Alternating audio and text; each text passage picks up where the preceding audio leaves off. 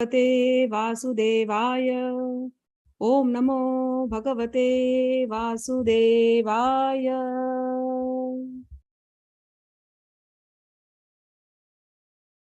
जन्माद्यस्य तोन्मयात् इतरतश्चार्थेष्वभिज्ञस्वराट् तेने ब्रह्महृदाय आदिकवये मुह्यन्ति यत्सूर्यः तेजो वारिमिदां यथा विनिमयो यत्र त्रिसर्गो अमृषा धाम्ना स्वेन सदा निरस्तकुहकं सत्यम परम धीमहि। भागवत का श्लोक शुरू हो गया, लेकिन अब हम लोग अपने गुरुजनों को स्मरण करते हैं। ओम अज्ञानतिमिरान्धस्य ज्ञानाञ्जनशलाकया चक्षुरुन्मीलितं येन तस्मै श्रीगुरुवे नमः। श्रीचैतन्यमनोभीष्टं स्थापितं येन भूतले स्वयं रूपः कदा मह्यं ददाति स्वपदान्तिकं। वन्देऽहं श्रीगुरौ श्रीयुतपदकमलं श्रीगुरून् वैष्णवांश्च श्रीरूपं साग्रजातं सहगण रघुनाथान्वितं तं साजीवं साद्वैतं सावधूतं परिजना सहितं कृष्ण चैतन्य देवं श्रीराधा कृष्ण पादान् सहगण ललिता श्री विशाखान्वितंश्च। हे कृष्ण करुणा सिंधो दीनबंधो जगत्पते गोपेशा गोपिका कांत राधा कांत नमोस्तुते। तप्त कांचन गौरांगी राधे वृंदावनेश्वरी वृषभानुसुते देवी प्रणमामि हरिप्रिये। वाञ्छाकल्पतरुभ्यश्च कृपा सिन्धुभ्य एव च पतितानां पावनेभ्यो वैष्णवेभ्यो नमो नमः। श्री कृष्ण चैतन्य प्रभु नित्यानंद श्री अद्वैत गदाधर श्रीवासादि गौर भक्तवृंद। हरे कृष्ण कृष्ण कृष्ण हरे हरे हरे राम राम राम हरे हरे। नमो महावदन्याय कृष्ण प्रेम प्रदायते कृष्णाय कृष्ण चैतन्य नामने गौरत्विषे नमः। शिक्षकाष्टक। चेतो दर्पण मार्जनम भव महादावाग्निर्वापणम श्रेयः कैरव चंद्रिका वितरणम विद्यावधु जीवनम आनंदाम्बुधिवर्धनम प्रतिपदम पूर्णामृत स्वादनम सर्वात्मा स्नपनम परम विजयते श्रीकृष्ण संकीर्तनम। नाम्नाकारि बहुधा निज सर्वशक्ति तत्रार्पिता नियमितः स्मरणे न कालः एतादृशी तव कृपा भगवन् ममापि दुर्दैवं मीदृशम् इह जानीनानुरागः तृणादपि सुनिचेन तरोरपि सहिष्णुना अमानिना मानिदेन कीर्तनीया सदा हरि। न धनं न जनं न सुन्दरीं कवितां वा जगदीश कामये मम जन्मनि जन्मनि ईश्वरे भवताद् भक्तिरहितुकी त्वयि। ऐ नन्दतनुज किङ्करं पतितं मां विषमे भवाम्बुधौ कृपया तव पादपङ्कजस्थित धूलिसदृशं विचिन्तय नयनं गलदश्रुधारया वदनं गदगदरुद्धया गिरा पुलकैर्निचितं वपु कदा तव नाम गृहणे भविष्यति। युगायितं निमिषेण चक्षुषा प्रवशायितं शून्यायितं जगत्सर्वं गोविन्द विरहेण मे आश्लिष्य वा पादरतां पिनाष्टु माम् अदर्शनान् मर्महतां करोतु वा यथा तथा विदधातु लम्पटो मत्प्राणनाथस्तु स एव नापरः मत्प्राणनाथस्तु स एव नापरः। हम लोग चैतन्य चरितामृत के मध्य लीला पर आ गए हैं। कल मैंने आप लोगों को बताया मध्य लीला में 25 चैप्टर हैं, इसके 5 बुक्स हैं मध्य लीला के। तो अभी हम लोग पहली वाली बुक के पहले चैप्टर में हैं। श्री चैतन्य महाप्रभु की परिवर्ती लीलाएं जस्ट रिवाइज कर देती हूँ। 24 साल गृहस्थ में थे, 24 साल भगवान सन्यास में थे। तो सन्यास के 24 साल में पहले जो 6 साल थे भगवान ने भ्रमण किया है अलग अलग जगहों पर। तो वो जो उनकी भ्रमण के समय पे जो कुछ लीलाएं हुई थी वो मध्य लीला में पूरी तरह से एक्सप्लेन किया गया है। फिर उसके बाद का जो 6 साल है वो रहे तो पुरी में ही थे, जगन्नाथपुरी में ही थे 18 साल, लेकिन 6 साल लोगों से मिलते थे, लेकिन अंत के जो 12 साल थे वो राधा रानी के भाव में, भगवान श्री कृष्ण के विरह भाव में ही वो डूबे रहते थे, तो वो लीलाएं अंत लीला में बताई जाएंगी। हम लोगों ने कल रूप गोस्वामी को स्मरण किया, सनातन गोस्वामी को स्मरण किया। ये जो पहला चैप्टर है, इट इज जस्ट, मैंने आपसे कहा, टेबल ऑफ कंटेंट्स, जो आगे आने वाले हैं उनके बारे में। भगवान ने संन्यास लिया, संन्यास लेने के बाद भगवान पुरी आ गए। नित्यानंद महाप्रभु को भगवान ने बंगाल भेजा प्रचार के लिए, भगवत नाम भक्ति के प्रचार के लिए। रूप गोस्वामी, सनातन गोस्वामी को भगवान ने वृंदावन भेजा है, और उन लोगों ने जो बुक्स लिखी थी वो हमने कल सुना नाम उनके। और वृंदावन में जो मंदिर है उनको उन्होंने ढूंढा है, उनका स्थापना किया है, राधा मदन मोहन और उसका, राधा गोविंद का, तो वो हम लोगों ने कल सुना। फिर जी गोस्वामी ने बुक लिखी है गोपाल चंपू, उसके बारे में हमने कल श्रवण किया।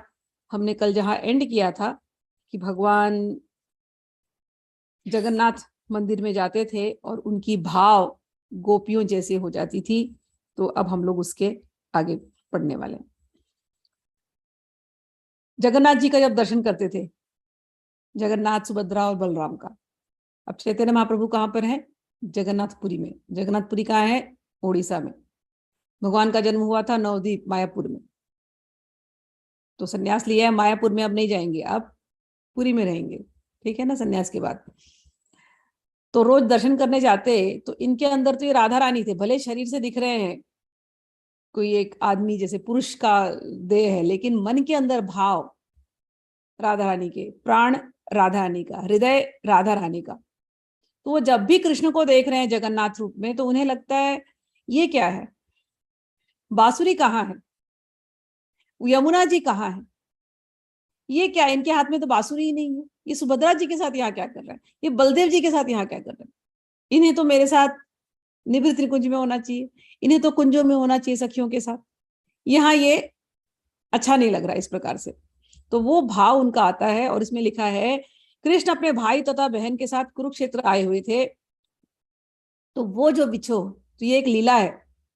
जब भगवान, आप लोग को याद है, छोटे सी उम्र में भगवान ने वृंदावन छोड़ दिया, मथुरा गए थे मामा के कंस के लिए, कंस को मारने, और उसके बाद भगवान द्वारका चले गए, वहां के राजा बन करके 16,000 रानियां हैं, और बिल्कुल राजा की तरह वो जिए बाद का जो लाइफ है।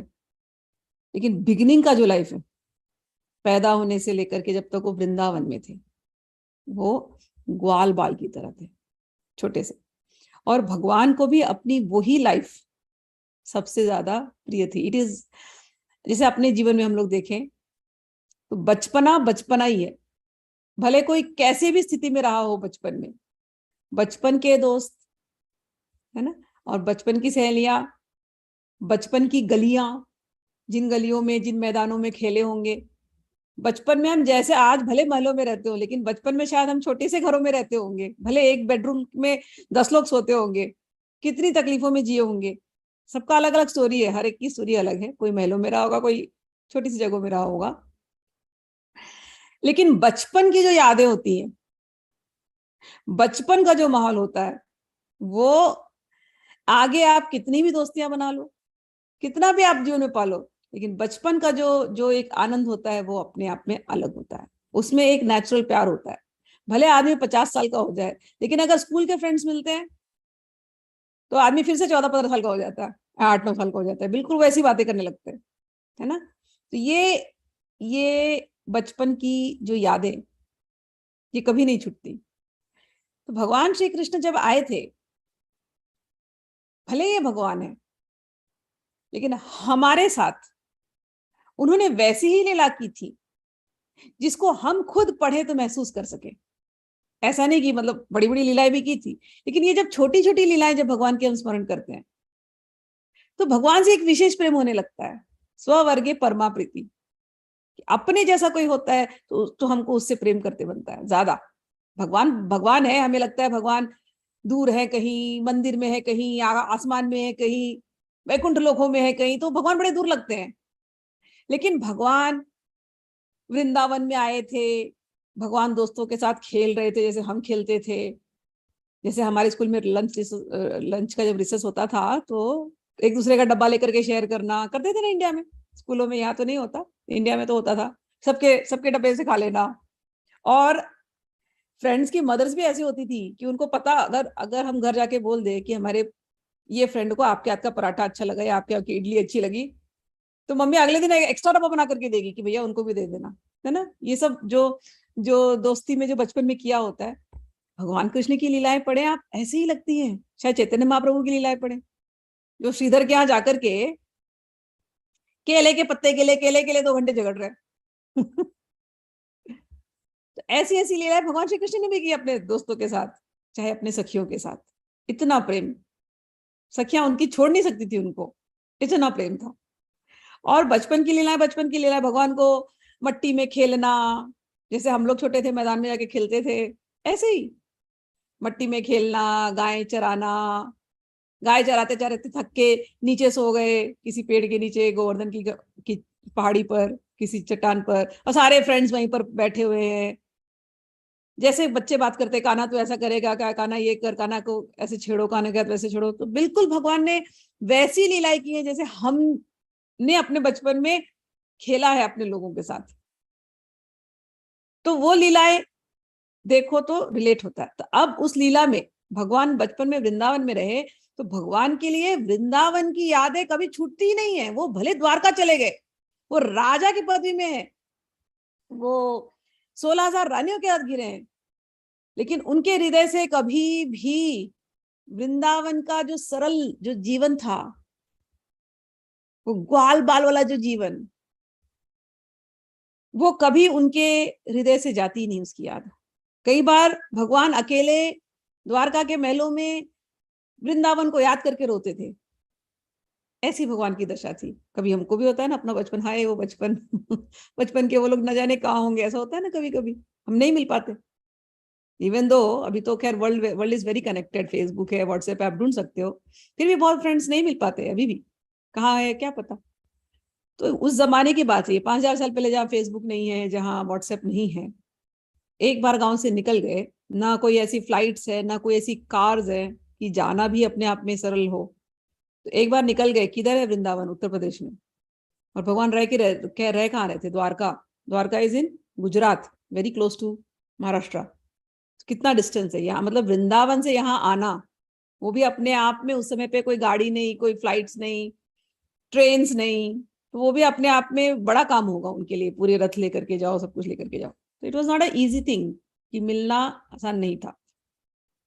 हालांकि भगवान की लीलाएं पढ़े तो भगवान अपने असली स्वरूप में, नित्य स्वरूप में वहां हमेशा रहते थे। वृंदावन छोड़ करके वो कभी एक क्षण के लिए भी कहीं गए नहीं, लेकिन हम लोगों के लिए लीला करने के लिए ऐसी लीला बाहरी दिखाई देती है।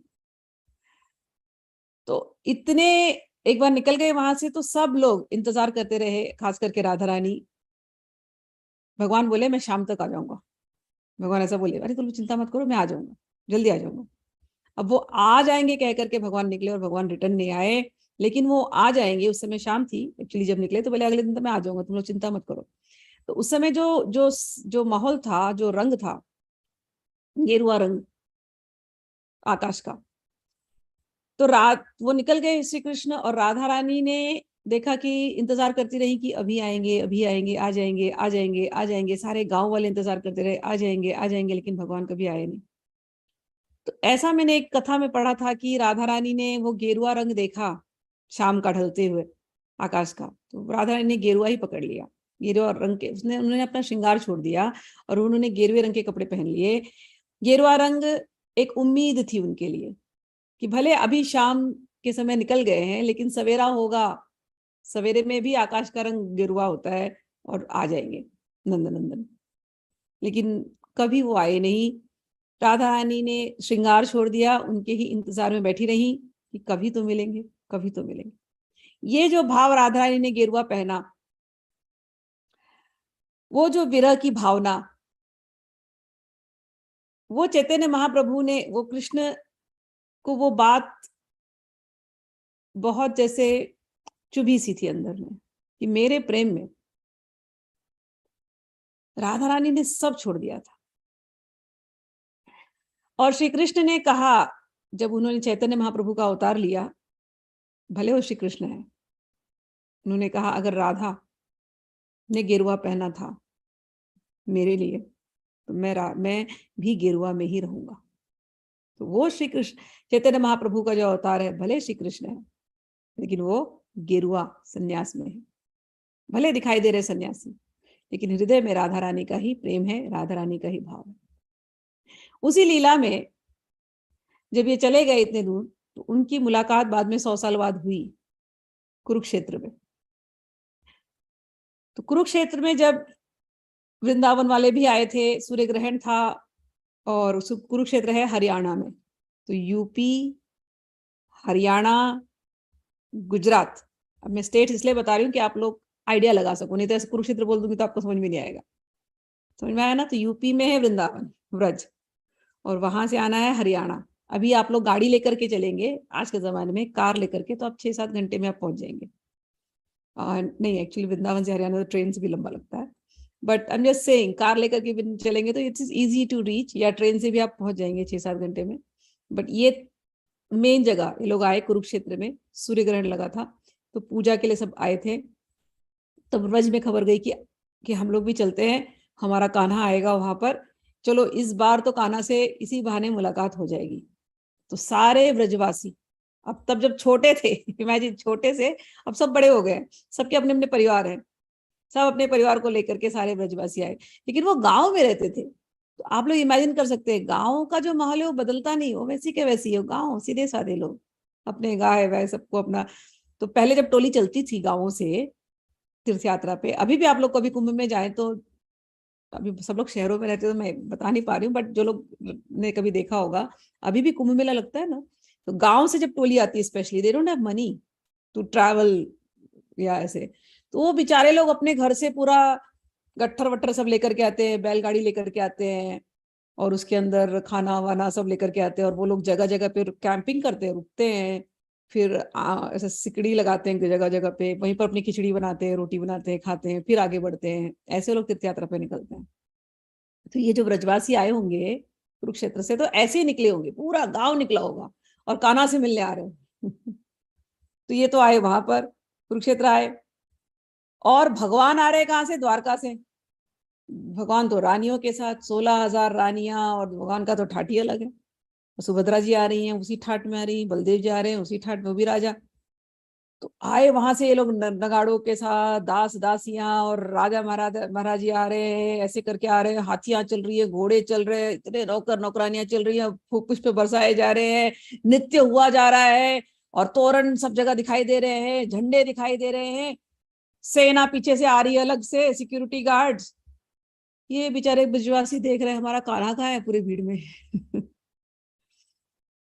फिर बाद में बताया गया, अरे वो जो बैठा है सबसे रथ पे, इतने ऊंचे सिंहासन पर, वो कान्हा है। नहीं नहीं, ये हमारा कान्हा नहीं हो सकता। राधा रानी को बोले, देखो देखो कान्हा कान्हा कान्हा। राधा रानी एक क्षण के लिए देखी, फिर बोली, नहीं, ये नहीं है, ये मेरे कान्हा हो ही नहीं सकता। राधा रानी के हृदय में तो श्री कृष्ण कोई राजा नहीं, श्री कृष्ण उनका प्रेम है, जिनके साथ उन्होंने यमुना में समय बिताया था।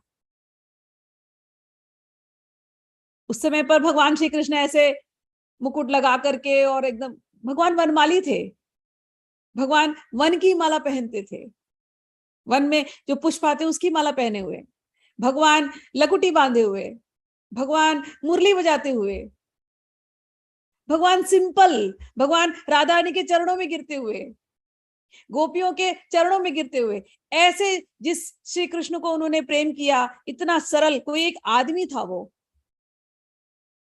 जिससे उनको प्रेम था, जो उनके जैसा था, ग्वाल था वो। अब राधा रानी, भले 100 साल बीत गए, लेकिन राधा रानी के दिमाग में वही एक इमेज है। वो तो अपने उसी कान्हा को ढूंढ रही है, अपने प्रियतम को ढूंढ रही है। यहाँ ये कौन बैठे हैं 16,000 रानियों के साथ? मैं नहीं पहचानती इनको। बड़ी सुंदर ये लीला है। समय जा रहा है, लेकिन रुक्मिणी जी, रुक्मिणी जी तो उनको भी श्री कृष्ण भगा करके ले गए थे, आप लोग को कहानी पता है। लेकिन जब कभी रुक्मिणी और श्री कृष्ण भी कभी सोते नींद में साथ में, तो भगवान नींद में कई बार भगवान के मुख से केवल राधा राधा नाम निकलता। रुक्मिणी जी को एक अभिमान था कि मैंने इनको प्रेम किया और मैंने प्रेम पत्र लिखा था और भगवान श्री कृष्ण ने मेरा मान रखा। भगवान श्री कृष्ण पूरी सभा में से चुरा करके मुझे लेकर के चले गए। तो रुक्मिणी जी को ये बड़ा मान था कि भगवान श्री कृष्ण मुझे इतना प्रेम करते हैं, इसीलिए तो इन्होंने ऐसा किया। लेकिन कभी कभी नींद में इनके मुख से राधा रानी का नाम सुन लेती तो उठ करके बेचैन हो जाती, कौन है ये राधा, किसका नाम ले रहे हैं नींद में ये। सुबह उठ करके पूछती तो भगवान टाल देते थे, लेकिन रोहिणी मैया के पास जाकर के लोगों ने पता लगाया कौन है राधा, और रोहिणी मैया ने उनको बताया। सुभद्रा जी से पता लगाया, सुभद्रा जी ने बताया। बलदेव जी से पता लगाया, बलदेव जी ने बताया। तो रुक्मिणी जी को ऐसा था ये कुरुक्षेत्र के मुलाकात में कि कौन है ये राधा जिसको ये इतना प्रेम करते हैं। राधा रानी की जगह कोई ले ही नहीं पाता इनके हृदय में, मुझे राधा रानी को मिलना है। ये प्रेम था, रुक्मिणी जी का प्रेम बहुत सुंदर है। भगवान से कहा आप मुझे अपनी राधा रानी को बताना कौन है। भगवान ने कहा मुझे बताने की जरूरत नहीं पड़ेगी रुक्मिणी, तुम रथ में बैठ के देखना, उन सारी स्त्रियों में जो सबसे सुंदर है वो राधा है। एक एक ये बोला। तो रुक्मिणी जी देख रही है, अरे वहां तो सारी ग्वालन आई है लेकिन सबकी सब राधा रानी जैसी दिख रही है, सबके सब सुंदर, क्योंकि सबके सब जितनी गोपियां थी राधा रानी की काय भी आई हैं। तो रुक्मिणी जी एक मिनट की चकरा गई, कहाँ है राधा रानी इन सब में। भगवान ने दूसरा हिंट दिया था, वो कृष्ण कृष्ण कहते कहते बिल्कुल कृष्णमयी हो गई है। तो उसका जो कुछ भी तुम दूर से देखोगी ना, तुम्हें लगेगा तुम कृष्ण को ही देखोगे, तुम मुझे ही देख रही हो। राधा रानी ने सारी गोपियों को एक साथ निहारा, निहारते निहारते निहारते राधा रानी पर जब नजर टिकी रुक्मिणी जी की, टिकी गई कि अरे ये है तो भले गोरी गोरी दिख रही हैं लेकिन नाक नक्शा हाव भाव पूरा कृष्ण में। राधा रानी को देख करके उन्हें लग रहा है तो कृष्ण के दर्शन कर रही हूँ, लेकिन सुनहरे कृष्ण है, सावले कृष्ण नहीं है।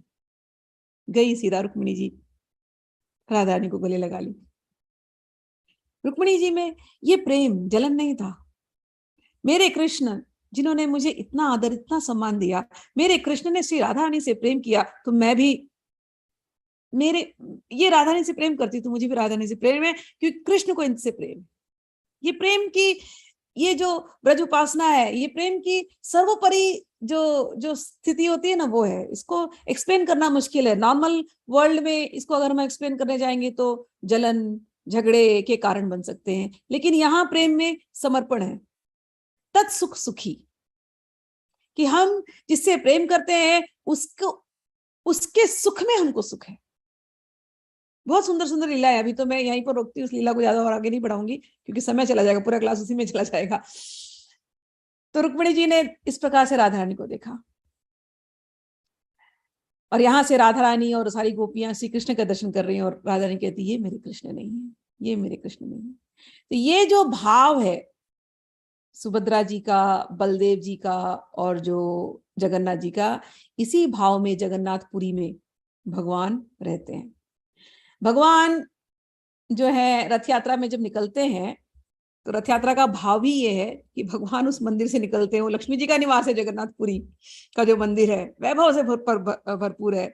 वहां से जगन्नाथ जी निकलते हैं और आते हैं गुंडीचा की तरफ। वहां पर आकर के अपने, उसको वृंदावन कहते हैं उस एरिया को, ठीक है ना, वो आकर के अपनी गोपियों से, अपने श्री कृष्ण से, अपने श्री राधा रानी से 15 दिन मिलते हैं। ऐसा करके वो रथ यात्रा को वहां से खींचने का ये एक स्टोरी है कि सारी गोपियों ने कहा ये वापस वहां नहीं जाएंगे, हम इनका रथ खींच करके हम इनको वृंदावन लेकर के जाएंगे। तो भगवान की जो रथ यात्रा होती है वो one of the reason is that leela, कि गोपियों ने देखा, राधा ने देखा कि नहीं नहीं ये वापस द्वारका नहीं जाएंगे, इनको वृंदावन लेकर के चलो, तो इनका रथ को खींचो और इनको वृंदावन लेकर के चलो, ये भाव।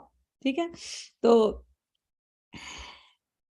भगवान चैतन्य महाप्रभु जब कभी जगन्नाथपुरी जाते तो भगवान तुरंत इसी भाव में आ जाते कि कहाँ है वो वृंदावन, ये यहाँ क्या कर रहे हैं। अच्छा, जब रथ यात्रा चलती है ना तो भगवान यहाँ आ जाते हैं। तो 5वें दिन ऐसे वहां पर हेरा पंचमी कहते हैं उसको, उसमें एक लीला है कि लक्ष्मी जी की भी रथ आती है पीछे से, और लक्ष्मी जी गुस्से में होकर के आती है वहां पर जगन्नाथपुरी की रथ यात्रा में। भगवान तो मंदिर से बाहर निकल करके आकर के गुंडीचा में बैठ जाते हैं यहाँ पर, और लक्ष्मी जी आती हैं, पूरे वैकुंठ का सुख मैंने इनको दे करके रखा हुआ है, इनको क्या आनंद आता है, वहां से आकर के निकल जाते हैं मंदिर से, और निकल करके ये वृंदावन की तरफ क्यों आते हैं, ये बार बार आकर के बीमार भी पड़ जाते हैं, वहां पर भगवान बीमार पड़ते हैं। तो हेरा पंचमी में ये एक लीला है, लक्ष्मी जी आकर के बोलती है मैं इन्हें वैकुंठ के सारे सुख देती हूँ, ये सब छोड़ करके जाकर के इनको जाकर के यहाँ पर बैठना है। सेम लीला द्वारका में होती थी, सत्यभामा वगैरह बोलती, सत्यभामा को बहुत प्राइड था, रुक्मिणी तो बड़ी सरेंडर थी, सत्यभामा रानी थी, सत्यभामा को बड़ा प्राइड था, हम रानी है, हमसे ज्यादा क्या कोई सुख दे सकता है इनको, श्री कृष्ण को, कौन है ये राधा, ग्वालन ही है ना, इस प्रकार के सत्यभामा के भाव होते थे। रानी थी, प्रेम सब करते थे, लेकिन हर एक की एक्सप्रेशन प्रेम का अलग था। तो ऐसी लक्ष्मी जी का क्या है, महल छोड़ करके इनको जाकर के वृंदावन में बैठना है, ग्वालों के साथ बैठना है, ग्वाल बालों के साथ बैठना है, ग्वालन के साथ बैठना है, क्या इनको इसमें आनंद आता है। ये हेरा पंचमी की लीला ऐसी वहां पर होती है। हालांकि बहुत सारी उसके अंदर स्टोरीज है जगन्नाथपुरी की, अब रथ यात्रा पे नहीं जाते हैं, बट बहुत सारी स्टोरीज है। ये तो मैंने एक दो भाव बताया क्योंकि वो भाव यहाँ पर लिखे हुए हैं, इसलिए। अब हम लोग आगे बढ़ते हैं, रथ यात्रा में चलते हैं। रथ यात्रा आगे यबे करे न नर्तन, तहाँ ए पद मात्र करे ये गायन। भगवान राधा रानी के मूड में रथ यात्रा में जगन्नाथ जी निकल रहे हैं, और श्री चैतन्य महाप्रभु दर्शन कर रहे हैं, राधा रानी ही दर्शन कर रही है, ऐसा समझना। और दर्शन करते करते नृत्य करते हैं, और करते करते उनके मुंह से एक श्लोक निकलता है, और उस श्लोक में बार बार वो अपने दिल की बात सुनाते हैं। ए धुय गाने नाचे द्वितीय प्रहर, कृष्ण लैया व्रजे आई भावंतर। श्री चैतन्य महाप्रभु इस गीत से सेत प्राणनाथ को दिन के दूसरे पहर में विशेष रूप से गाते और सोचा करते, मैं कृष्ण को लेकर के वृंदावन लौट जाऊं। यह भाव सदा उनके हृदय में उठता रहता था। भगवान, जैसे कि गोपियों को ऐश्वर्य अच्छा नहीं लगता भगवान का, तो ऐसे ही श्री चैतन्य महाप्रभु को भगवान का यह ऐश्वर्य नहीं अच्छा लग रहा था। एई भावे नित्य मधे पढ़े एक श्लोक, से श्लोकेर अर्थ के नहीं बुझे लोक। अब रथ यात्रा चल रही है, चैतन्य महाप्रभु नृत्य कर रहे हैं, नृत्य करते करते भावावेश में राधा रानी का भाव चढ़ा हुआ है, और वो देख रहे हैं श्री कृष्ण रथ में बैठे हैं, कुरुक्षेत्र है, यहाँ जगन्नाथपुरी में रथ यात्रा चल रही है, चैतन्य महाप्रभु नाच रहे रथ यात्रा के सामने, लेकिन है तो वो राधा रानी, तो वो भूल गए कि वो पुरी में है, वो भूल गए कि जगन्नाथ की रथ यात्रा है। उन्हें लग रहा है ये तो कुरुक्षेत्र है, कुरुक्षेत्र में सुभद्रा बलदेव और कृष्ण आए हैं, ये क्या है, रथ में आ रहे हैं, रथ में नहीं होना चाहिए, कहाँ है ये, इनको मैं कैसे ले जाऊं, इस भाव में खोए हुए हैं। तो खोते हुए एक श्लोक उनके मुंह से निकल गया। उस श्लोक का भाव सब लोग नहीं समझ सकते थे उस भीड़ में, सब तो कीर्तन कर रहे हैं, लेकिन ये श्लोक बोल रहे हैं। इस श्लोक के भाव को स्वरूप दामोदर समझ सकते थे क्योंकि वो जानते थे, या फिर एक रूप गोस्वामी ने समझा। अब वो हम पढ़ते हैं वो लीला। यौ कमारा हरस एव ही वरस्ता एव चैत्र छपास, ते चोन्मीलित मालती सुरभयः प्रौढ़ाः कदम्ब लीलाः, सा चैवास्मि तथापि तत्र सूरत व्यापार लीला विधौ, रेवारोधसी वेतसी तरुतले चेतः समुत्कंठते। राधा रानी के भाव में चैतन्य महाप्रभु बोलते हैं, जिस व्यक्ति ने मेरी युवावस्था में मेरा हृदय चुरा लिया था, वही अब पुनः मेरे स्वामी हैं। ये चैत्र मास की वही चांदनी रात्रि है, वहां मालती फूलों की सुगंध है, और वही मधुर वायु कदम्ब वन से आ रही है। अपने घनिष्ठ संबंधों में भी मैं वही प्रेमिका हूं, किंतु फिर भी मेरा मन यहाँ सुखी नहीं है। मैं रेवा नदी के तट पर वेतसी वृक्ष के नीचे उसी स्थान पर फिर से जाने के लिए ललायित हूं, यही मेरी इच्छा है। कहने का अर्थ है उनको कुरुक्षेत्र की लीला याद आ रही है। कुरुक्षेत्र में राधा रानी कह रही है, कहाँ भीड़ में, ये कौन सा भीड़ आ गया यहाँ पर, मैं कब इनको लेकर के यमुना के पास चली जाऊं, जहां मैं इनके साथ रहूंगी और ये मेरे साथ रहेंगे। ए श्लोक के अर्थ जाने एकेला स्वरूप, देवे ये वत्सरता गियाचे न रूप। यह श्लोक कोई नहीं समझ सकता। ऐसे सुनने से तो लगेगा कि कोई सामान्य युवक और युवती के प्रेम कलापों की ये बातें हैं, लेकिन ये बड़ी उच्च कोटि की बातें थी जो रूप गोस्वामी ने सुन लिया। रूप गोस्वामी 1 वर्ष वहां उपस्थित थे, उन्होंने ये सुन लिया था ये श्लोक, और स्वरूप दामोदर समझते थे। रूप गोस्वामी ने इस श्लोक को सुनते ही उसके साथ उन्होंने एक दूसरा श्लोक लिख दिया इस भाव को समझते ही। और रूप गोस्वामी ने ताड़ का पत्ता लिया। पहले के जमाने में मैंने कहा ना, पेपर्स नहीं होते, तो ताड़ के पत्ते से, पाम लीफ, ताड़ का पत्ता पाम लीफ, पाम का लीफ लिया, उसके ऊपर उन्होंने इस श्लोक का अर्थ और उसका भाव में एक दूसरा श्लोक लिख करके अपने घर के छत के ऊपर रख दिया, जिस कुटिया में रूप गोस्वामी रहते थे। और रूप गोस्वामी छत पे रखने के बाद चले गए स्नान करने के लिए समुद्र के अंदर। चैतन्य महाप्रभु तो रथ यात्रा में थे। आगे लिखते हैं, हरिदास ठाकुर, हरिदास ठाकुर आर रूप सनातन, जगन्नाथ मंदिरे नायान 3 जन। रूप गोस्वामी लिख करके चले गए, और वहां पर ये लोग भी साथ में थे। कौन? हरिदास ठाकुर, श्रील रूप गोस्वामी और सनातन गोस्वामी। इन तीनों को जगन्नाथ मंदिर में जाने की अनुमति नहीं थी, क्योंकि हरिदास ठाकुर तो जन्म से मुसलमान थे।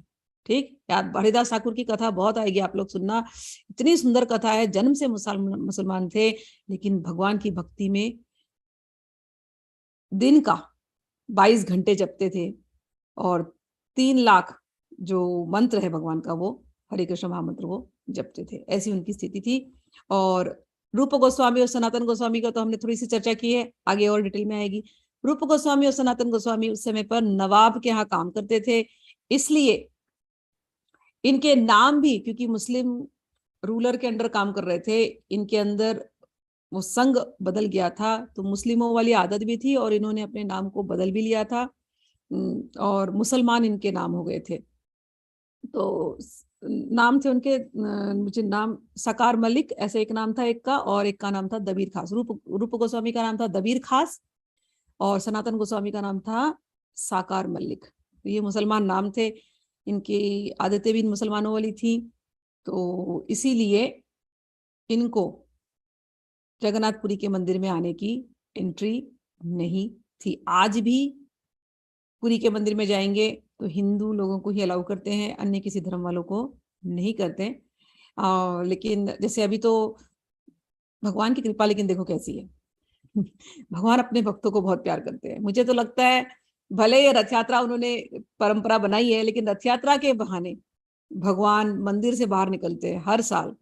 और भले आप कोई भी धर्म के आप आकर के दर्शन कर सकते हो, मंदिर के अंदर भले एंट्री ना हो, लेकिन आप हिंदू हो, क्रिश्चियन हो, मुस्लिम हो, जो भी हो, अभी तो पूरे वर्ल्ड से भगवान के भक्त आते हैं। पूरे वर्ल्ड में जगन्नाथ रथ यात्रा होती है, हर देश का निवासी रथ यात्रा को देख सकता है, जगन्नाथपुरी में भी जाकर के देख सकते हैं। तो रथ यात्रा इतनी इंपॉर्टेंट चीज है कि दूसरे भाव में साइड भी कर दूं, लेकिन भगवान का भक्त वात्सल्य कि मुझे कोई देखना चाहे तो मैं मंदिर के बाहर निकलूंगा, तुम मेरा दर्शन वहीं कर लेना। तो ये भगवान की रथ यात्रा की महिमा है। सो चैतन्य महाप्रभु नित्य प्रति वहां जाते मंदिर में। महाप्रभु जगन्नाथेर उपल भोग देखिया, निज गृह याना ए तीने रे मिलया। श्री चैतन्य महाप्रभु नित्य प्रति जगन्नाथ मंदिर में उपल भोग उत्सव देखते थे, और उसके बाद वे अपने निवास स्थान पर लौटते समय इन तीनों महापुरुषों से भेंट किया करते थे। यदि इनमें से कोई नहीं मिलता तो महाप्रभु किसी और को मिलते। उस दिन क्या हुआ, रूप गोस्वामी तो लिख करके श्लोक चले गए समुद्र में नहाने, और चैतन्य महाप्रभु मंदिर के बाद सीधे रूप गोस्वामी के कुटिया पर आ गए। कुटिया पर उन्होंने कुटिया के छत पर देखा, ताड़पत्र में कुछ लिखा है। ताड़पत्र उतारे तो श्लोक पढ़े, श्लोक पढ़ा, और श्लोक पढ़ते ही भावावेश में आ गए। श्लोक पढ़ी आचे प्रभु आविष्ट हैया, रूप गोसाई आसी पड़े दंडवत हया। महाप्रभु श्लोक पढ़ते भावावेश में थे और तब तक रूप गोस्वामी आए, देखे और महाप्रभु के चरणों में रूप गोस्वामी दंडवत करके गिर गए और भगवान भावावेश में थे और रूप गोस्वामी दंडवत किए। जैसे दंडवत किए इनका आवेश थोड़ा टूटा और चैतन्य महाप्रभु उठे और प्यार से एक थप्पड़ रूप गोस्वामी को जड़ दिया। उठी महाप्रभु तारे चापड़ मारी, एक चापड़ मारा, कही ते लागिला कीचू कोली ते करिया। फिर उन्होंने अपनी गोद में लेकर के रूप गोस्वामी को प्यार से ऐसे कहा, मोर श्लोकेर अभिप्राय ना जाने कौन जने, मोर मनेर कथा तुम्ही जानी लेके मने। हे रूप, मेरे मन का अभिप्राय कोई नहीं समझ सकता, फिर भी तुमने समझ लिया। तुमने मेरे मन का भाव समझा कैसे? एत बलि तारे बहु प्रसाद करिया, स्वरूप गोसाई श्लोक देखाई लैया। यह कहकर चैतन्य महाप्रभु ने शील रूप गोस्वामी को अनेक आशीर्वाद दिए और श्लोक को ले जाकर बाद में स्वरूप दामोदर को दिखाया। स्वरूप दामोदर ने उस श्लोक को देखा, आश्चर्यचकित हुए और चैतन्य महाप्रभु ने उन्होंने स्वरूप दामोदर ने महाप्रभु से पूछा, महाप्रभु आपको कैसे लगता है कि इनको ये भाव समझ में आया होगा? महाप्रभु ने पूछा तुम्हें ये रूप ने मेरे मन के भाव को कैसे समझ लिया, जरा बताओ तो। स्वरूप ने कहा, स्वरूप दामोदर गोस्वामी ने श्री चैतन्य महाप्रभु से कहा, यदि रूप गोस्वामी आपके मन के भावों को जान सकते हैं तो अवश्य ही उनको आपका विशेष आशीर्वाद प्राप्त हुआ है। महाप्रभु ने कहा, मैं रूप गोस्वामी से इतना प्रसन्न था कि मैंने उसका आलिंगन कर लिया और उसे भक्ति की विधि का प्रचार करने के लिए सारी आवश्यक शक्तियां मैंने प्रदान कर दी है। मैं श्रील रूप गोस्वामी को भक्ति के गुह्य रस को समझने के लिए सर्वथा योग्य समझता हूं और संस्तुति करता हूं कि तुम उसे भक्ति के विषय में आगे और बतलाओगे। तो इस प्रकार से भगवान ने रूप गोस्वामी को आलिंगन लिया और भक्ति क्या है, प्रेम क्या है, उसका एक बूंद चखा दिया और विशेष रूप से आशीर्वाद दिया। भले इनके गुण मुसलमानों वाले हो गए थे, लेकिन उनको आलिंगन करके भगवान ने भक्ति प्रदान की है। ये सारी घटनाओं का विस्तार हम आगे जाकर के पढ़ेंगे, सुनेंगे। अब हम थोड़े से राधा रानी के भाव को पढ़ते हैं। यह श्री राधा रानी द्वारा किया गया श्लोक है। उनका भाव है, हे प्रिय सखी, अब मैं इस कुरुक्षेत्र में अपने अत्यंत पुराने और प्रिय मित्र कृष्ण से मिली हूं। मैं वही राधा रानी हूं और अब हम मिल रहे हैं। यह अत्यंत सुखद है, किंतु अभी भी मेरा मन यमुना तट पर वहां के वन के वृक्षों के नीचे बैठने के लिए ललायित है। तो ये जो पहले का जो श्लोक था उसका ये भावार्थ ये चैतन्य महाप्रभु ने लिखा है, उसका मैं अर्थ पढ़ रही हूँ कि मेरा मन तो अभी भी यमुना तट पर वहां के वन के वृक्षों के नीचे बैठने के लिए ललायित है। मैं वृंदावन के भीतर पंचम स्वर में गूंजने वाली उनकी मधुर मुरली की ध्वनि की इच्छुक हूं। अब हे भक्तों, इस श्लोक की संक्षिप्त व्याख्या सुनो। श्री चैतन्य महाप्रभु जगन्नाथ विग्रह का दर्शन करते हुए इस प्रकार सोचते थे। वे उन श्रीमती राधा रानी के विषय में सोचते थे जो कृष्ण से कुरुक्षेत्र में मिली थी। यद्यपि वे कृष्ण से वहां मिल चुकी थी, किंतु फिर भी वे उनके विषय में इस प्रकार से सोच रही थी। वे कृष्ण को वृंदावन के शांत वातावरण में गोप वेश धारण किए हुए सोच रही थी। उन्हें ये राजकुमार कृष्ण नहीं चाहिए था, उन्हें राजा कृष्ण नहीं चाहिए था, उन्हें तो ग्वाला कृष्ण चाहिए था। किंतु कुरुक्षेत्र में वे तो राजसी वेश में थे और उनके साथ हाथी, घोड़ा तथा लोगों का समूह था। इस प्रकार वहां का वातावरण मिलने के लिए अनुकूल नहीं था। इस प्रकार कृष्ण से मिलकर और वृंदावन के वातावरण के विषय में सोचकर राधा रानी मन ही मन ये चाह रही थी कि वे मुझे पुनः वृंदावन ले जाकर उस शांत वातावरण में मिलकर के मेरी इच्छा पूरी करें। इस प्रकार से ये भाव चलता था। श्रील रूप गोस्वामी ने साधारण जनों को समझाने के लिए श्रीमद् भागवत के श्लोक के गुह्य अर्थ को एक ही श्लोक में बता दिया। इस तरह जब श्री चैतन्य महाप्रभु जगन्नाथ जी का दर्शन करते थे तो उन्होंने देखा कि वे अपनी बहन सुभद्रा के साथ थे और उनके हाथ में वंशी नहीं थी। गोपियों के हर्षोन्माद भाव में मग्न श्री चैतन्य महाप्रभु भगवान जगन्नाथ को अपने आदि स्वरूप वृंदावन में त्रिभंगी शरीर के कारण अत्यंत सुंदर लगने वाले नंदनंदन कृष्ण के रूप में देखना चाहते थे। इस रूप का दर्शन करने की इच्छा उनके अंदर निरंतर बढ़ती रही। जिस प्रकार श्रीमती राधा रानी ने उद्धव की उपस्थिति में एक भौरे से असंगत रूप में प्रलाप किया था, उसी तरह श्री चैतन्य महाप्रभु भावावेश में उन्मत्त की तरह रात दिन असंग बातें करते रहते थे। श्री चैतन्य महाप्रभु के अंतिम 12 वर्ष इसी उन्माद में बीते और उन्होंने अंत्य की लीलाएं इस प्रकार से संपन्न की थी। उनकी जो सन्यास की जो लीलाएं थी बहुत सारी हैं, किन किन का उल्लेख किया जाए, कुछ ही लीलाओं का संक्षेप में इसके अंदर उल्लेख हुआ। अब पहला जो मेन जो चीज था, सन्यास लेते ही महाप्रभु के मन में क्या बात आई। प्रथम सूत्र प्रभुर सन्यास करण, सन्यास करी चलीला प्रभु श्री वृंदावन। पहला सूत्र यह है। सन्यास ग्रहण करने के बाद श्री चैतन्य महाप्रभु वृंदावन की ओर चले गए। चले नहीं गए, चल पड़े। तो मायापुर में थे, सन्यास लिया है और सोचे अब मैं वृंदावन जाऊंगा, तो वृंदावन जाने लगे। जब वो ऐसी दशा थी उनकी कि बस भगवान के उसमें विवल रहते थे। अब बंगाल में है ना, लेकिन ध्यान पूरा वृंदावन में है।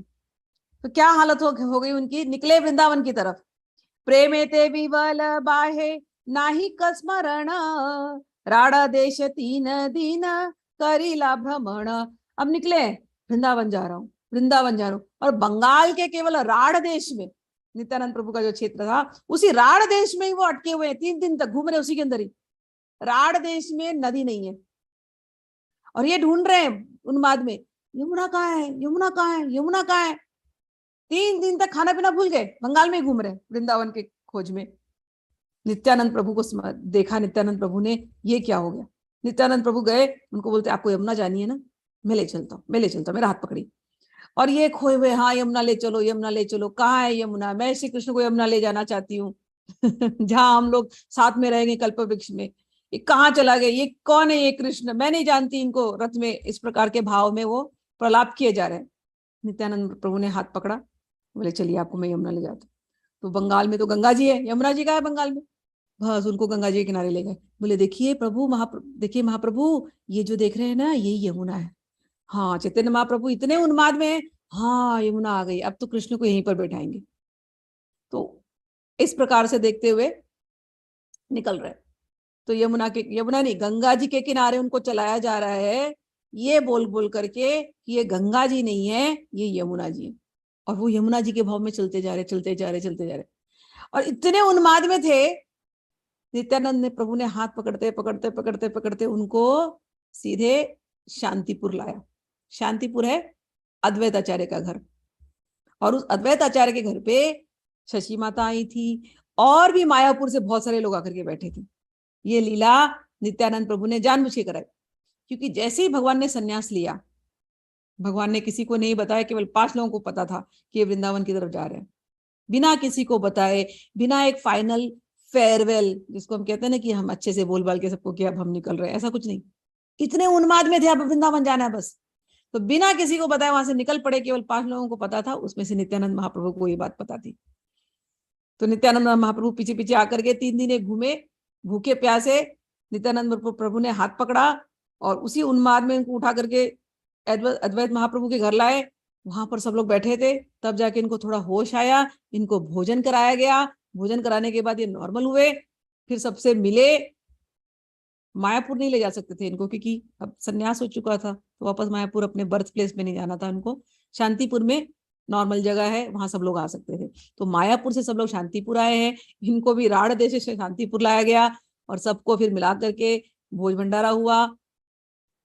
फिर सबने प्रेम से, जिसको बोलते हैं ना फाइनल फेयरवेल, कि अच्छा तुम्हारा सन्यास हो गया है, अब तुम्हारा पुराने परिवार से इतना रिलेशन नहीं होगा, तुम आगे भगवान के रास्ते चल रहे हो, एक ढंग से फेयरवेल करना जो होता है वो शांतिपुर में हुआ। और सबका समाधान करने के बाद महाप्रभु बोले अब मैं जगन्नाथपुरी जा रहा हूं। जगन्नाथपुरी जब जा रहे थे तो वहां पर भी अलग अलग लीलाएं हुई। वहां पर रास्ते में अलग अलग मंदिरों के विविध मंदिरों में उन्होंने लोगों से मिले और गोपाल की स्थापना एवं माधवेंद्रपुरी की कथा सुनी। फिर चैतन्य महाप्रभु ने नित्यानंद प्रभु से क्षीर चूरी गोपीनाथ एवं साक्षी गोपाल की कथाएं सुनी। ये बड़ी सुंदर सुंदर कथाएं हैं, आगे जाकर के आएंगी। क्षीर गोपीनाथ ने तो श्री कृष्ण का विग्रह, श्री कृष्ण ने अपने ही भक्त के लिए खीर चुराया था, तो इसलिए उनका नाम क्षीर गोपीनाथ, क्षीर चूरी गोपीनाथ पड़ा हुआ है। साक्षी गोपाल की भी बहुत सुंदर कथा आगे चल के आएगी। इसके बाद नित्यानंद प्रभु ने श्री चैतन्य महाप्रभु का सन्यास का दंड तोड़ा और सन्यास दंड तोड़ डाला। बाह्य रूप से भगवान बड़े क्रोधित हुए और अकेले ही जगन्नाथ मंदिर की ओर चल पड़े। जब श्री चैतन्य महाप्रभु जगन्नाथ मंदिर में प्रविष्ट हुए और उन्होंने भगवान जगन्नाथ का दर्शन किया तो वो फेंट हो गए भावावेश में। जब मंदिर में श्री चैतन्य महाप्रभु जगन्नाथ के दर्शन कर रहे थे और दर्शन करते करते अचेत होकर के गिर पड़े, तब वहां पर सार्वभौम भट्टाचार्य आए और उन्हें अपने घर ले गए। महाप्रभु दोपहर तक अनकॉन्शियस थे भावावेश में, और तब दोपहर के बाद उनको जाकर के चेतना आई। श्री चैतन्य महाप्रभु नित्यानंद का साथ छोड़कर अकेले जगन्नाथ मंदिर गए थे, किंतु बाद में नित्यानंद, जगदानंद, दामोदर तथा मुकुंद उन्हें मिलने के लिए आए और फिर सब देख करके प्रसन्न हुए। इस घटना के बाद श्री चैतन्य महाप्रभु ने सार्वभौम भट्टाचार्य को अपना आदि भगवान का रूप दिखलाया। ये सारी लीलाएं आगे जाकर के डिटेल में आएंगी। सार्वभौम भट्टाचार्य पर कृपा दृष्टि करने के बाद महाप्रभु अब दक्षिण भारत के लिए चल पड़े। जब वे कूर्म क्षेत्र आए, ये आंध्रा के साइड में, ठीक है, वहां उन्होंने वासुदेव नामक व्यक्ति का उद्धार किया। वासुदेव जो कुर्म आंध्रा की तरफ जब जा रहे थे तो वासुदेव नाम का ये जो व्यक्ति था, इसको लेप्रेसी हुई थी, तो भगवान ने इनका उद्धार किया। ये सारी कथाएं, ये तो अभी आज केवल टॉपिक्स हैं, बस आगे जाकर के आएंगी। जी अड नरसिंहे कैला नरसिंह स्तवन, पथे पथे ग्रामे ग्रामे नाम प्रवर्तन। कुर्म क्षेत्र की यात्रा करने के बाद महाप्रभु दक्षिण भारत में जीड़ नरसिंह के मंदिर गए और वहां भगवान नरसिंह देव की स्तुति की। रास्ते में उन्होंने प्रत्येक गांव में जाकर के भगवान का कीर्तन का शुभारंभ किया।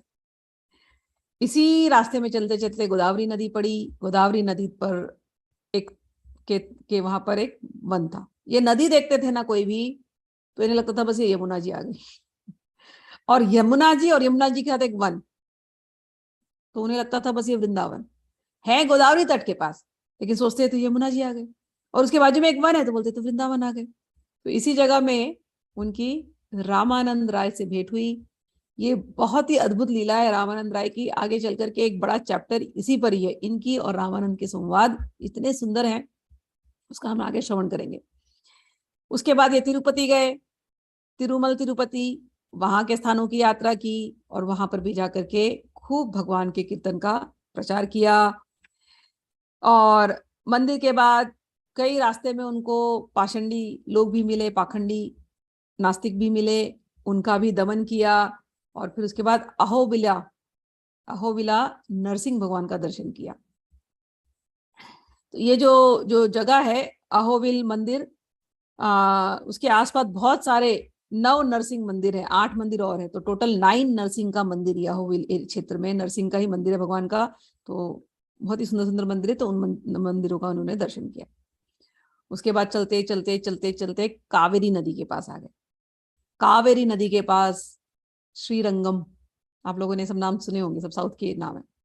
तो श्रीरंग क्षेत्र में गए, रंगनाथ भगवान के दर्शन किए और वहां पर भी भगवान के प्रेम में विवल हो गए।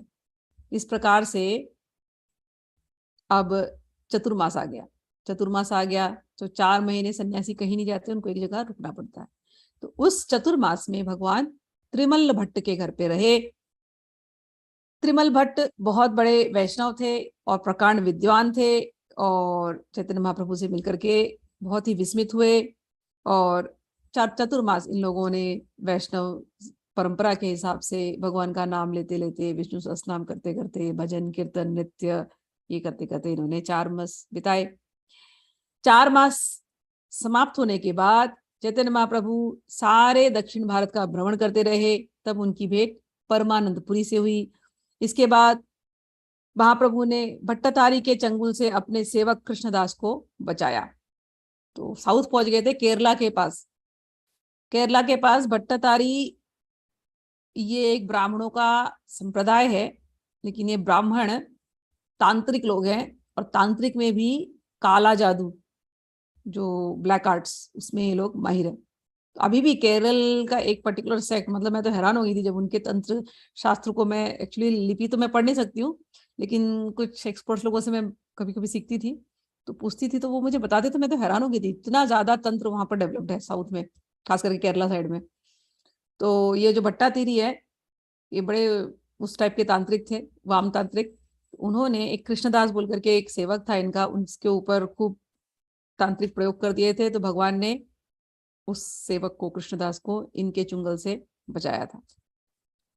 उसके बाद भगवान श्रीरंगपुरी से मिले और उन्होंने रामदास नामक एक ब्राह्मण के सारे दुखों को दूर किया। ये रामदास ब्राह्मण, ये बेचारा इतना प्यारा था, इतना सीधा था, इसको एक ही दुख खाया जाता था रामायण पढ़ते, कि सीता मैया को रावण ने छू कैसे लिया, सीता मैया को रावण ने छू कैसे लिया। तो भगवान इसका दूर करना चाहते थे दुख, लेकिन इसके मन में ये दुख हमेशा था, हमारी सीता इतनी पवित्र, हमारी मैया इतनी पवित्र, रावण ने आकर के इनको छू लिया, ऐसे कैसे वो रही होंगी उनके यहाँ पर, उसके छूने की वजह से हमारी मैया को रामचंद्र ने त्यागा, ऐसे कैसे कर दिया हमारी मैया के साथ रावण ने। तो रामदास का ये दुख जाता ही नहीं था। अब भगवान उनको समझा रहे, नहीं नहीं वो छाया सीता है, वो सीता नहीं है, सीता मैया को कोई नहीं छू सकता। नहीं नहीं नहीं नहीं, आप ऐसे कैसे कह सकते हैं, रामायण में तो ऐसे ही है। भगवान बोले नहीं, ऐसे ऐसी बात नहीं है। भगवान सोचे इसका मैं दुख दूर कैसे करूं। फिर भगवान आगे मंदिर में गए, तो वहां पर उनको एक बुक मिली, अभी वो कथा मैं तो पढ़ के सुनाऊंगी बाद में। तो भगवान आगे आगे गए दर्शन करते हुए, वहां पर उन्होंने अनंत देव, पुरुषोत्तम, जनार्दन, पद्मनाभ और वासुदेव इत्यादि मंदिरों का दर्शन किया और उसके बाद सप्तताल वृक्षों का उद्धार किया, सेतु बंद रामेश्वर में स्नान किया। अच्छा, भगवान जब साउथ में गए रामेश्वर में, तो ये सप्तताल वृक्ष, ये सतयुग के वृक्ष थे, भगवान ने उनका आलिंगन किया। भगवान साक्षात राम अवतार में आए थे, ये वृक्ष तब के थे, चैतन्य महाप्रभु के रूप में आए हैं। भगवान ने जाके उनका आलिंगन किया, इन वृक्षों को का उद्धार किया। फिर रामेश्वर में, अब ये जो पंडित था ना, इसका दुख दूर करने के लिए रामेश्वर में क्या हुआ, भगवान को कूर्म पुराण पढ़ने का अवसर मिला। तो पहले के जमाने में मैंने आपसे कहा कि ऐसे बुक्स नहीं मिलती थी, आप खरीद लो। मंदिरों में हस्तलिखित लिपि, तो पहले के पंडित लोग लिखते होंगे, फिर अपनी हस्तलिखित लिपि वहां पर जमा करते हैं। तो महाप्रभु जब गए तो वहां पर रामेश्वर में उन्हें कूर्म पुराण मिला। तो कूर्म पुराण में एकदम लिखा था स्पष्ट रूप से, उन्हें यह पता चला कि रावण ने जिस सीता का अपहरण किया वह वास्तविक सीता न थी, अपितु उनकी छाया मात्र थी। तो सुनिया प्रभुर आनंदित हैल मन, रामदास विप्रे कथा हैल स्मरण। श्री चैतन्य महाप्रभु माया सीता के विषय में पढ़कर अत्यंत प्रसन्न हुए और उन्हें रामदास विप्र से अपनी भेंट का स्मरण हो आया, जो अत्यंत दुखी था कि रावण ने सीता माता का अपहरण कर लिया था। सेई पुरातन पत्र आग्रह करी नीला, रामदासे देखाइया दुख खंडाइल। भगवान ने, महाप्रभु ने क्या किया, वो पंडित जो थे मंदिर में, बोला मेरे को ये पेज आप फाड़ के दे दोगे क्या, एक मेरा भक्त बड़ा दुखी है कि रावण ने कैसे अपहरण कर लिया मेरी मैया का। अगर मैं ये पेज फाड़ करके उसको जाकर के दिखा दूं कि कूर्म पुराण में ऐसा लिखा है कि वो छाया सीता है, तो उसका दुख दूर हो जाएगा बेचारे का। पंडित ने फाड़ करके दे दिया, ले जाइए। भगवान फिर गए रामदास के पास और उसको दिखाया, देखो रामदास, अब तुम शोक मनाना छोड़ दो, अब तो तुम भरोसा कर सकते हो ना, कूर्म पुराण में लिखा गया है ये, देखो। जब उन्होंने ये पढ़ा तो रामदास का दुख जाकर के दूर हुआ। उसके बाद इसी ट्रिप में भगवान को और 2 बुक मिली। साउथ में ये दोनों बुक्स बड़ी पॉपुलर हैं, ब्रह्म संगीता और कृष्ण कर्णामृत। कृष्ण कर्णामृत तो इतनी सुंदर है, इतने सुंदर है, क्या लीलाएं लिखी। और उनकी जो बिलमंगल ठाकुर की जो कथा, वो अपने आप में अद्भुत। तो ये दोनों बुक्स मिली इनको, एज आई टोल्ड यू, हस्तलिखित कॉपी, हाथ से लिखी हुई। तो ये दो बुक्स लेकर के महाप्रभु जगन्नाथपुरी को आए। तो ये साउथ की ट्रिप खत्म हुई, फिर जगन्नाथपुरी में आए। जगन्नाथ जी में का स्नान उत्सव मनाया जा रहा था, जिसे उन्होंने देखा। रथ यात्रा के समय पे भगवान का स्नान होता है।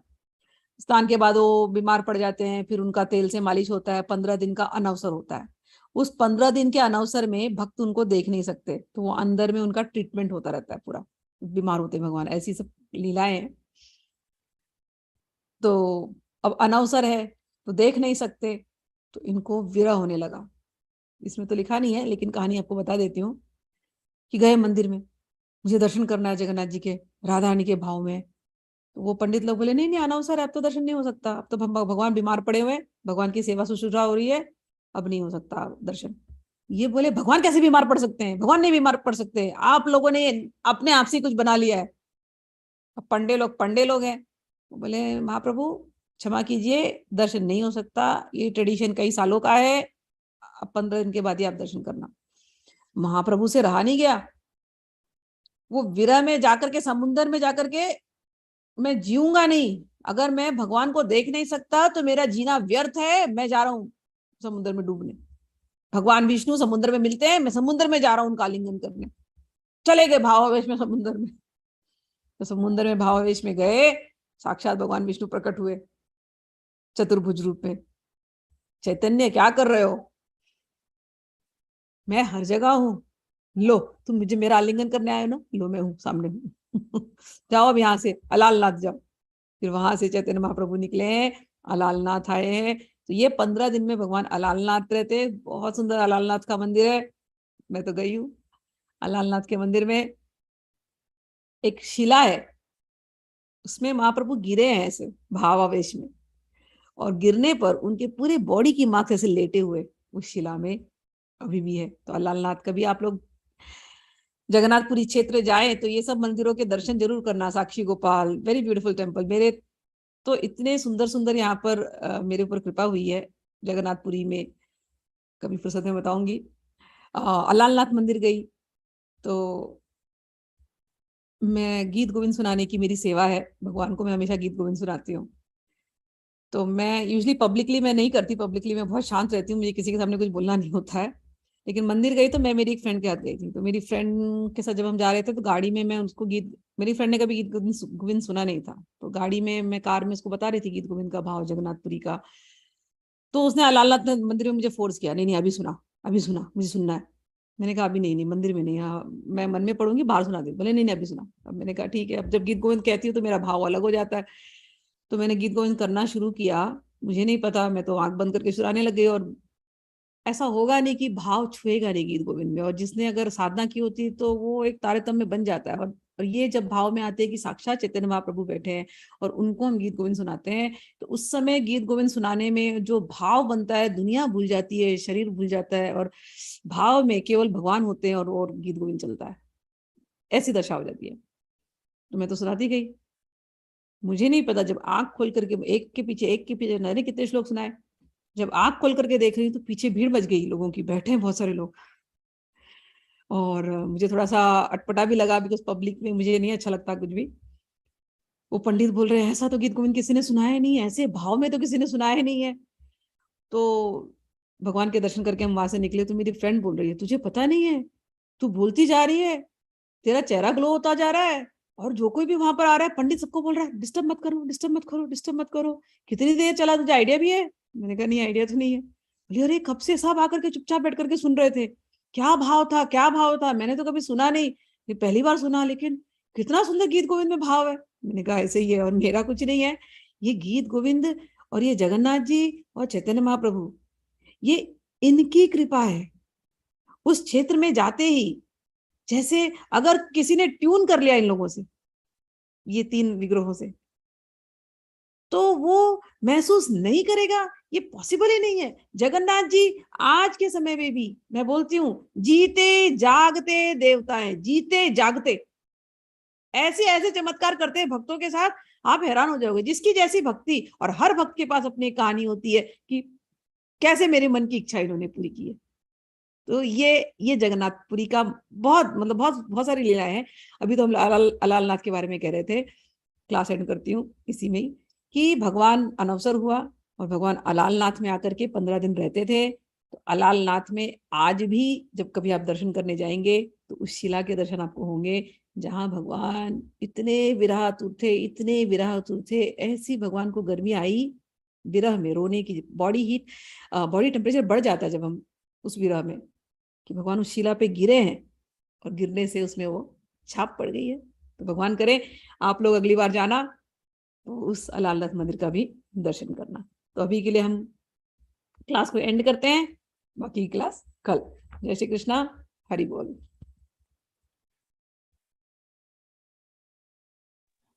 राधे राधे। राधे राधे। हरि बोल, राधे राधे। राधे राधे।